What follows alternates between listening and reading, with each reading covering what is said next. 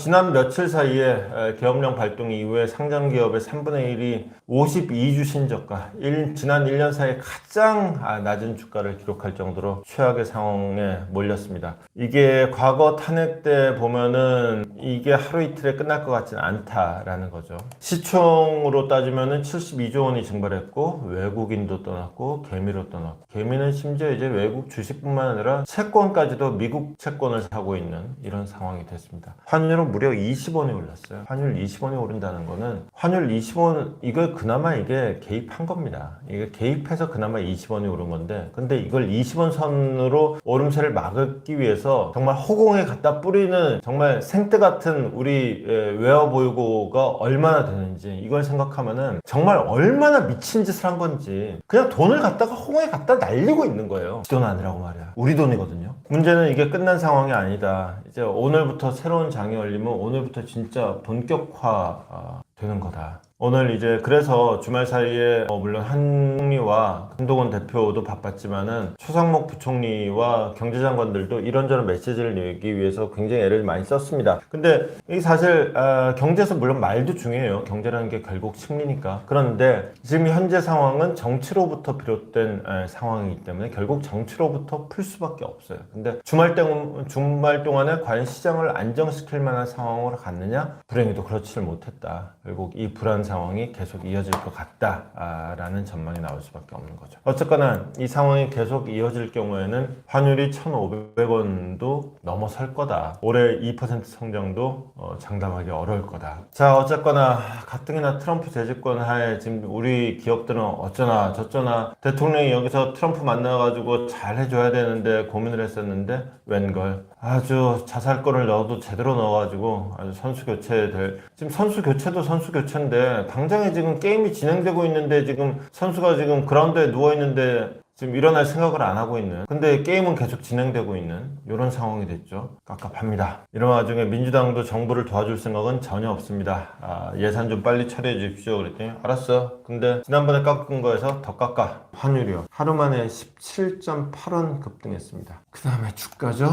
코스피는 2.78%, 코스닥은 5.19% 급락했습니다. 어제 제가 블랙 먼데이가 오나라고 물음표로 아이템을 뽑았었는데 역시나 혹시나 했는데 역시나 피해가지 못했습니다. 금융당국이 뭐 좀 해보겠다고 정말 안쓰러울 정도로 주말 내내 뭐 장관 회의하고 뭐 이런저런 최상목 부총리가 이런저런 메시지 내놓고 애쓴 거 알겠습니다. 진짜 정말 애쓰는 모습은 보였어요. 그런데 궁극적으로 그게 경제부총리가 해서 될 상황이 아니다. 지금 큰 파도가 몰려오고 있는데 이 파도를 바다에 지금 있는 거 갖고 뭐 좀 저기 저 돌멩이라도 좀 갖고 와봐. 어린 반푼어치도 없죠. 지금 빌딩도 좀 떠내려가게 생긴 마당에 지금 전국 수습 없이는 코스피 2000도 장담 못한다는 얘기가 나오고 있고요. 결국은 문제의 핵심은 뭐냐면은 정치의 불확실성, 국가 신뢰도에까지 위험하다. 정말 나쁜 악법들이 있죠. 악법. 그 다음에 정말 나쁜 독재 정부도 있어요. 경제라는 건요, 그 안에서도 어떻게든 굴러갑니다. 경제 주체들의 생존력이라는 거는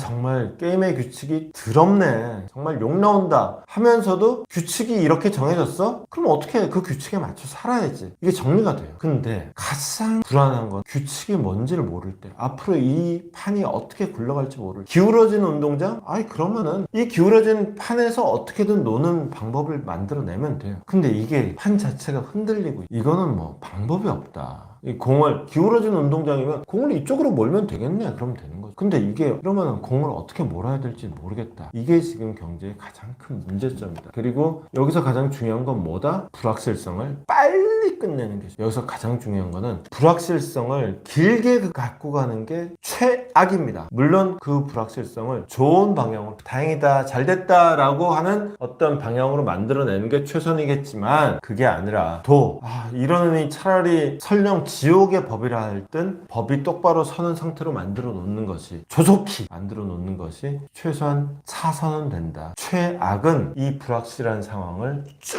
쭉 끌고 가는 거야. 그 선택은 정치권에 달려요. 여야 정치, 야당도 책임에서 자유롭지가 않습니다. 물론 1차 책임은 여당이 갖고 이 상황을 조속히 끝내는 것, 그것이 지금 이 순간 정치를 한다고 스스로 자리매김하는 자들에게 주어진 역사적인 소명이고 국민들에 대한 책임이라는 거 잊지 않았으면 좋겠습니다. 지금 이 상황이 심지어 지금 어차피 탄핵 때 우리가 탄핵을 한번 해봤잖아요. 그때 얘기를 많이 하는 게 박근혜 대통령은 탄핵을 했더니 오히려 주가가 올라가더라 그랬어요. 근데 뭐 여러 가지 정치적인 상황도 다르고 탄핵의 이유도 다르고 뭐 많은 게 다르지만 결정적으로 대외 상황이 다르. 지금은 이 상황이 없었어도 대외 상황이 최악이었다. 그래서 그 대외적인 파고를 넘어가기 위해서 정치 리더십이 매우 중요한 때였는데 그 정치 리더십이 자멸해 버리고 나가라. 그리고 불확실한 상황이 돼버리고 말. 암흑천지가 돼. 다들 떠듬. 여기서 용감한 사람이나 떠듬이라서 하지 대부분의 사람들은 아무것도 안 하고 납작 엎드립니다. 이 상황 그때보다 더 어렵다, 안 좋다. 더구나 지금 트럼프 때문에 우리 지금 갈 길이 바쁘다고 오죽이나 얘기 많이 했습니까? 대응을 잘해야 된다라고 하는 게 그게 사실은 정치 리더십이었지. 정치 리더십 없다. 트럼프 이제 만날 사람 없다. 우리는 지금 손가락 빨면서 트럼프의 처분만을 기다리는 신세가 됐다. 이 기가 막힌 상황을 만든 본인은 자기가 무슨 짓 했는지 아직도 모를 거예요. 왜 국민들이 이러고 있는지도 모를 거고. 나스닥 2만 선을 돌파했습니다. 제가 시작할 때 보여드렸던 나스닥은 일봉이었습니다. 어제 이제 간밤에 추이였고요. 지금 보여드린 거는 1년 동안. 자, 한 14,000선에서 시작해서 2만 선으로 쫙 올라오는 곡. 원래 이런 거 아니야? 코스닥입니다. 이러고 있다가 이게 현주소. 자, 이번 다우 한번 볼까요? 다우는 간밤엔 좀 떨어졌습니다. 간밤엔 뭐 약보합 정도였는데 1년 단위로 크게 보면 다우가 있다면 우리에겐 코스피가 있죠? 코스피 한번 보겠습니다. 역시 1년 단위. 잠깐 살아나는가 싶다가 주식시장은 우리나라의 주식시장은 여러 가지가 다 겹쳐 있어요. 그러니까 일단 투자자들의 투자 마인드가 미국 시장하고 달라요. 그건 분명히 있고 그 다음에 기업들이 주주를 대하는 태도도 미국하고 전혀 달라요. 근데 근본적으로는 이제 경제 상황하고 상관이 있는 거죠. 예컨대 자, 취업자가 12만 명 늘어났어요. 취업자 12만 명 증가 많이 늘어난 것 같아요. 연초만 해도 20만 명대 증가했습니다. 반토막 난 거예요. 취업자가 감소했다 그러면 그건 큰일 나는 거고요. 취업자 증가세가 이게 왜냐면은 그만두는 사람도 있는 거예요. 그만두고 있다가 새로 그러니까 기존에 꽉 차 있다가 더 채우고 아니에요. 꽉 차 있는 게 계속 빠지는 거예요. 빠지는 거 생각해서 더 채우는 숫자를 생각하는 거기 때문에 12만 명이 많은 숫자가 아니에요. 거기다가 제조업은 오히려 감소했어요. 청년층 취업자보다 작년 이상의 취업자가 더 많은지 이미 오래됐어요. 가계대출 증가세가 둔화됐습니다. 우리 7, 8월 달에 가계대출 갖고 얘기 많이 했죠. 그래서 제가 그 당시에 부동산 투기, 부동산 급등의 비행기가 이륙 직전이라는 얘기 많이 했었는데 가계대출 주머니를 확 틀어주어갖고 주저앉혀 놨습니다. 그러니까 가계대출 증가세가 둔화되는 건 당연해요. 이거를 뭐 굳이 기사랍시고 쓸 것도 없는데 문제는 은행을 쥐어짜다 보니까 이금융권으로 풍선 효과 아시죠? 풍선이 이렇게 있는데 이쪽을 빵 누르면 이쪽은 뿡 나와요. 은행을 뿡 누르면 이금융권은 푹 나와요. 덩치가 은행이 더 크니까 은행을 먼저 잡아야겠죠. 그리고 실제로 가계대출 증가세가 둔화됐다는 말도 나오긴 하죠. 하지만 이금융권으로 가면 그만큼 더 위험해지는 더 작은 물건이지만 더 위험한 물건. 이거 역시도 간단치가 않다. 610조 외화 빚을 진 기업들과 은행이 고환율 공포에 시달리고 있다. 이게 무슨 말이냐면 우리나라는 대외적인 경제 거래가 많기 때문에 개인은 굳이 그럴 필요가 없지만은 우리나라도 심지어 외국 여행 자주 다니는 사람들은 환율을 그때그때 안 하고 일정 부분 달러를 아예 그냥 갖고 있다가 필요하면 그냥 그 달러 쓰고 그 다음에 누가 신혼여행 간다 그러면 그 달러에서 그냥 달러로 이렇게 선물이랄까 축의금조로 이렇게 주고 그런 사람도 많죠. 근데 기업쯤이 되면은 그 단위가 좀 커집니다. 그래서 쟁여놓는 돈이 있어요. 비상금으로 좀 쟁여놔야 되는데 비상금을 쟁여놓는 게 일단 기본적으로 달러를 만약에 장롱에 좀 갖고 있다 그러면은 뭐 사실 뭐 사람에 따라서 택도 없이 많은 금액을 갖고 있는 것도 있지만은 제 주변에 있는 상식적인 사람들은 그래봤자 뭐 얼마 안 돼요. 뭐 근데 어쨌거나 딱 논리적으로는 그게 장롱 속에 있으면은 일단 이자 수익은 포기하는 거예요. 그 정도의 기회비용 정도만 있는 것인데 기업이나 은행 정도가 되면은 이걸 되게 빚으로 가고 그러면 이거는 기회비용 정도가 아니라 이자 비용이 나가게 되는 문제가 되거든요. 그런데 여기서 환율이 갑자기 급등해. 트럼프가 들어와서 강달러 그것만 해도 허덕허덕하겠는데 심지어 국내 정치적인 요인으로 코리아 디스카운트로 환율이 더 올랐어. 이러면은 예시를 들면 이런 거. 아시아나항공이 이익이 3,600억 정도 된다? 환율 10%만 오르면은 싹 다 날아간다. 그러니까 기업의 규모가 클수록 비상금으로 쟁여놓는 달러도 크고, 그래서 환율이 급등했을 때 그로 인한 손해도 막심해진다라는 거예요. 어제도 제가 어제였나 그제였나 비슷한 얘기를 했었죠. 어제는 제가 삼성으로 얘기하면서 요즘에는 아예 공장을 밖에다 지어놓는다. 그리고 공장을 짓는 비용 때문에 달러가 오르면은 이제 옛날에 막 수출하면은 이거 뭐 저기 환율 오르면은 사실은 땡큐야. 정말 옛날 얘기다 얘기했잖아요. 그건 일단 미국에다 공장 짓는 비용 부담이 너무 커지는 측면이 커서 그랬는데, 반대로 얘기하면 일반적인 수출 중소기업들이란데도 옛날에는 공장에서 요공들이 졸아가매 이렇게 가발 만들어 가매 그거 이제 머리카락을 뽑아서 수출을 해가지고는 했으니까 환율이 올랐다? 아이고 이게 옛날에는 100원에 팔던 거 이제 200원 받으니까 신났어. 이렇게 되는 건데, 그게 아니라 지금은 외국에서 원자재 사다가 재가공해서 수출을 하다 보니 환율이 오른다 그러면 원자재를 사오는 값이 비싼 거예요. 그러니 남는 게 비싸게 사서 팔아봤자 뭐가 남냐. 그러니까 남는 건 없는데, 그러니까 그 환율이 오른다고 했을 때 이익은 없다. 오히려 부담만 커지고 있다. 수출 제조사들은 비명을 지르고 있다라는 얘기가 되는 거죠. 그러다 보면 기업들의 외화 부채가 커지고, 우리가 그 얘기까지는 함부로 입에 올리면 안 되는데, 우리가 IMF 때도 사실은 단기 외채가 문제였어요. 그래서 단기 외채를 한동안은 안 질려고 그랬단 말이에요. 근데 기업들 입장에서는 단기 외채를 쓸 수밖에 없어요. 왜냐? 그게 싸거든. 단기 외채가 싸요. 그때 잠깐 썼다가 잠깐 갚고 아니면 돌려막기 하고 하면은 어차피 10년을 쓰더라도 짧게 쓰기에는 게 금융비용이 오히려 더 싸요. 그러니까 단기 외채를 쓰지. 근데 그러다 보니까 이게 단기 외채가 너무 큰 거지. 그러다가 이게 어느 날 갑자기 환율이 뻑 올라버리면은 갑자기 비용 부담이 국가 전체적으로 너무 팍 커지는 거죠. 그 극단적인 사례가 이제 우리 외환위기 상황이었던 거죠. 갚으려고 그랬더니 달러가. 사실은 그래서 달러를 쟁여놓는 거예요. 그 경험 때문에. 그러니까 우리가 지금 탄핵도 마찬가지고 다 학습 효과 때문에 이러고 있는 건데, 그 학습 효과가 오히려 더 안 좋은 결과를 낳는 예가 상당수 있어요. 다만 이건 있어요. 그때는 외환위기 때 당시에는 우리 외환보유고가 거의 빵원이었어요. 근데 지금은 이제 그때하고는 비교할 수도 없고, 전 세계적으로 봐도 이제 그 액수로 따지면 뭐 1등, 2등하고 비교할 바는 아닌데, 등수로 따지면 그래도 꽤 됩니다.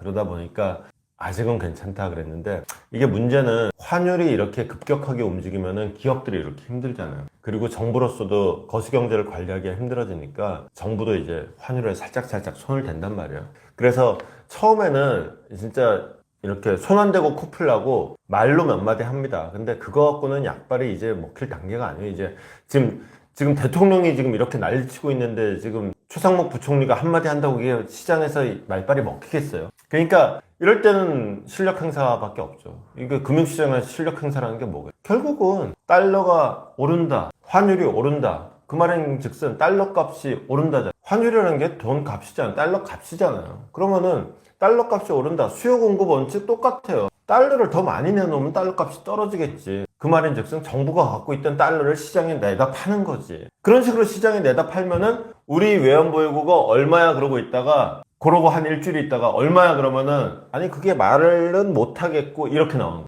왜냐면 그 일주일 새 꽤나 많이 꼬라박아. 외환시장이 일반적인 상태에서는 그렇게 한동안 쫙 썼다가 그 다음에 다시 쫙 또 다시 사들여요. 요걸 반복하다 보니까 어느 정도 수준을 유지하는 건데, 이런 요즘 같은 시국이 계속 이어지면은 계속 갖다 꼬라박는 거예요. 그러다가 어느 순간 요 정도면 쟤네 지갑에 돈 거의 떨어질 때 됐는데 싶으면은 여기서 국제 투기 자본들이 와라락 달라고 들어버리면 작살나는 거예요. 지금 기업의 얘기를 중심으로 정부까지 왔는데, 그래서 지금 한국은행이 금리를 또 내린다는 얘기를 하죠. 그럴 수밖에 없을 겁니다. 지금 이거는 뭐 관세에 대한 대책이라고 하는데 같은 얘기예요. 트럼프 관세 폭탄에 대비하는 의미에서 유럽도 기준금리를 낮추고요. 그 다음에 중국은 내수경기 부양. 기준금리를 낮춘다와 돈을 더 푼다는 방법의 차이는 있지만은 같은 얘기예요. 우리로서도 마찬가지예요. 돈을 더 풀어야 되고 기준금리를 낮춰야 되는 상황인 게, 이거는 트럼프의 관세뿐만이 아니라 우리도 똑같은 상황이에요. 가뜩이나 내수 경기 침체돼서 재정 확장 필요하다고 했었고 금리 인하도 필요하다고 했었어요. 부동산이 걱정이다 그랬는데 오늘 시작할 때 말씀드렸었죠. 이제 심지어 시국의 집값도 눌렸다 얘기까지 나와요. 이제 부동산 걱정은 살짝 접어두고 이젠 내수 경기 부양에 적극 나서야 될 때. 다만 문제는 이번에 이제 정부 재정이 오히려 감액으로 통과됐죠. 이걸 뭐 감액으로 통과시킨 민주당을 욕한다. 욕하기 쉽죠. 근데 욕한다고 달라지는 거 없습니다. 그 욕 백날 해봤자 민주당 안 합니다. 자기들이 집권하면 그때 가서 추경할 겁니다. 그걸 뭐 답답하다고 욕할 게 문제가 아니라 일단 한국은행이 금리를 더 내려야겠죠. 어쩌면 좀 많이 내려야 될지도 모릅니다. 그냥 0.25%씩. 이창용 총재의 스타일로 봐서는 신중하게 움직일 거예요.